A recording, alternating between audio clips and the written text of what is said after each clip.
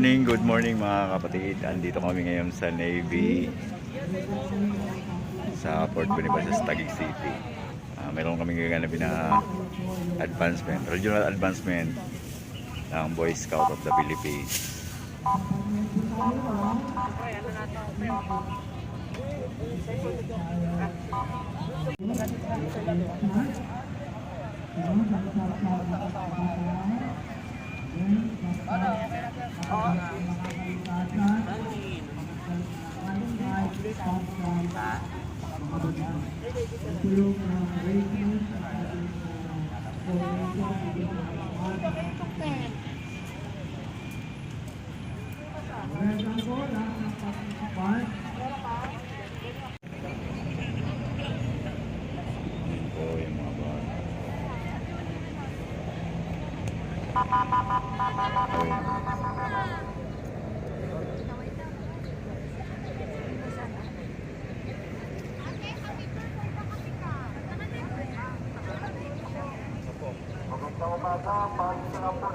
Manila na mo, nandun ang Manila.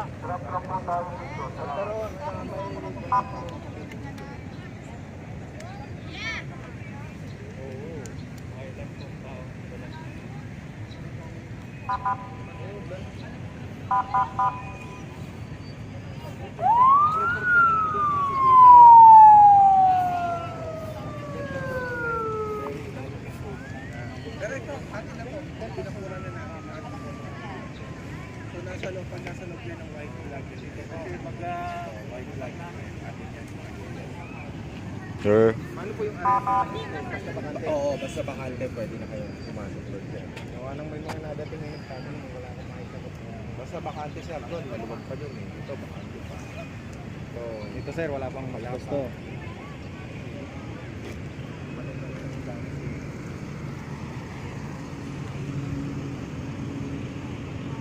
ito po ay Regional Advancement Cup ng National Capital Region, kaya medyo marami pong delegates.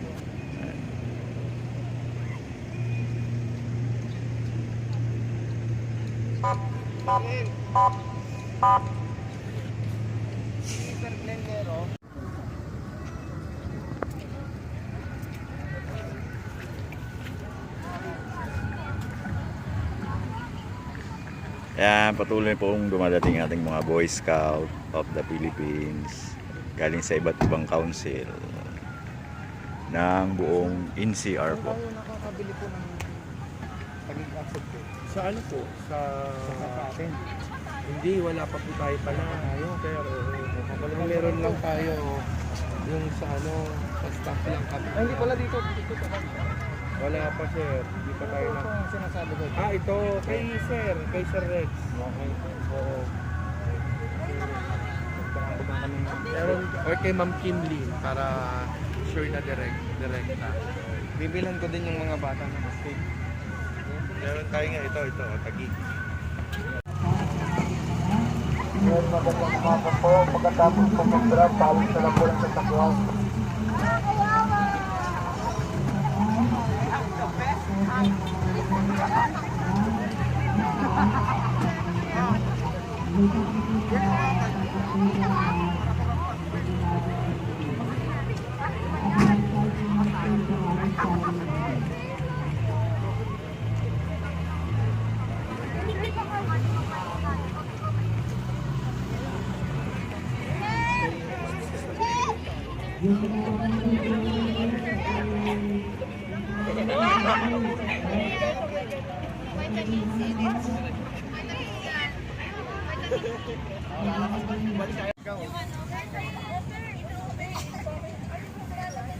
Ayan si partner Rafi.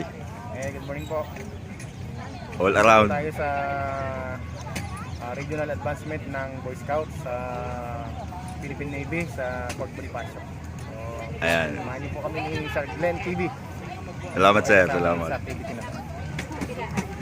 Jack of all trade, lahat kaya. Si partner Rafi. Ito po, dito pa may tent. Paglugo po na yun.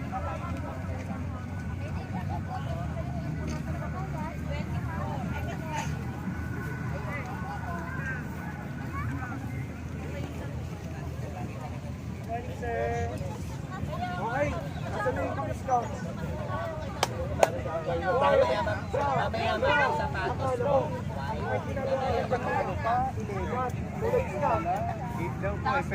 Hi sir, good morning po. Good morning po, sir. Siyempre nagdadatingan pa lang ngayon. Ay parang ano lang yun, para ay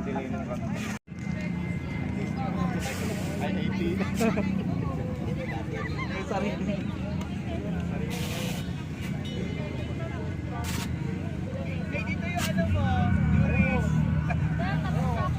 Saan po ang lisensya niyo sir? Ay gabi. Pinasama ko na yung bata ko sa signal. Baka puro nila yung pinagdaan po. Yung namilit ng bahay.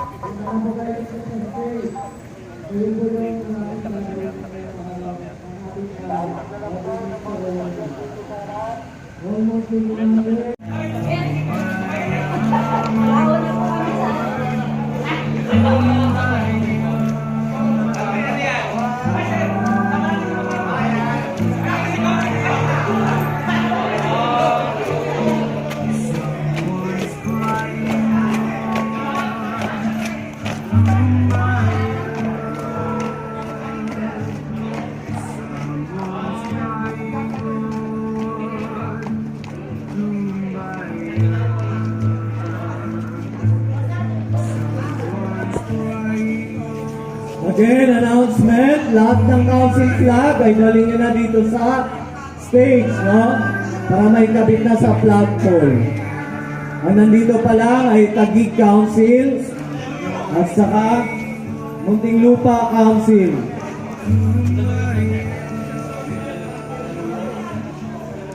Correction, Mandaluyong Council pa lang, no? At saka Taguig Council pa lang ang nandito, yung council flag.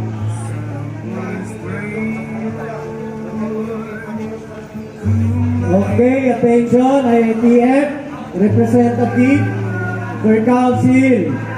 Punta na kayo dito sa stage, no? Mag-start na tayo. Malapit na tayo opening ceremony.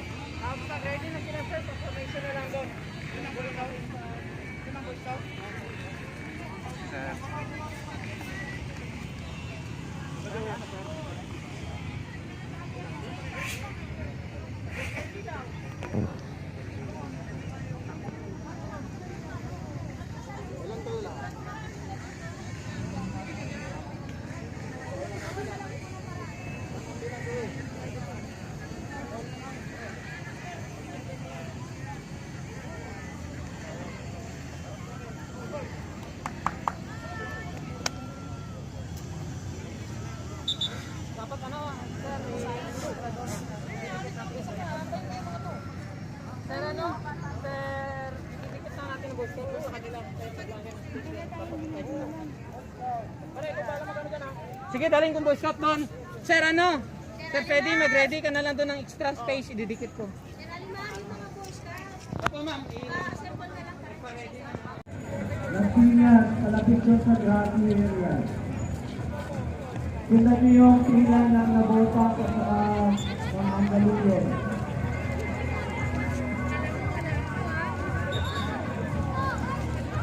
Okay, sa lahat pa rin nandyan sa inyong mga count, pumunta na kayo dito sa harapan ng stage. Punta na kayo dito sa harapan ng stage. Pagig at State Council. Mag-start na po ang ating opening ceremony. Next po natin.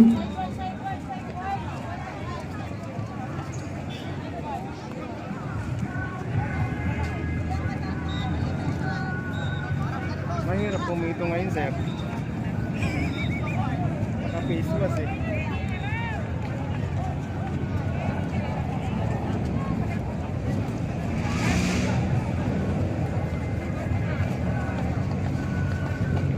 Okay, yung council na nasa campus.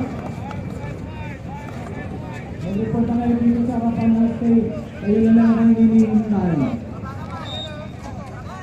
Double time. Double time. Iwanan nyo na yung ginagawa nyo dyan.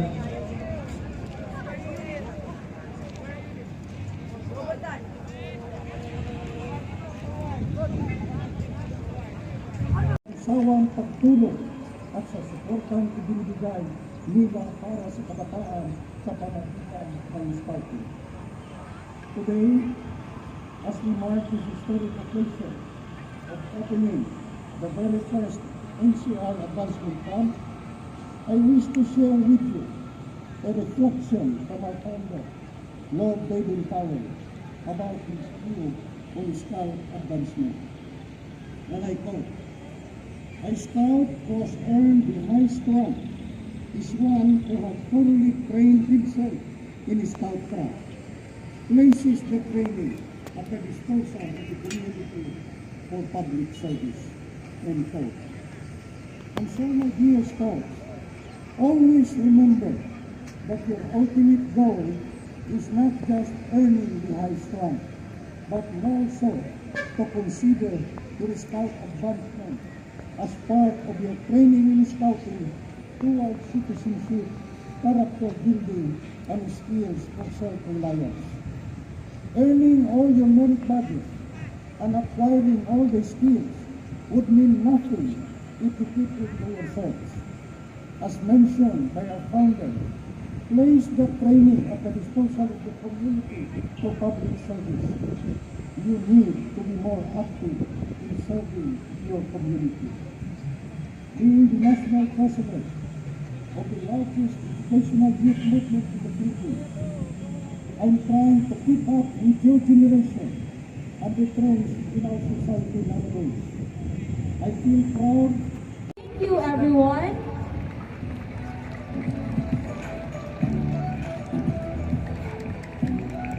And for the announcement, all the VIPs and guests will proceed to the Acera Hall before the Brotherhood Luncheon at Acera Hall.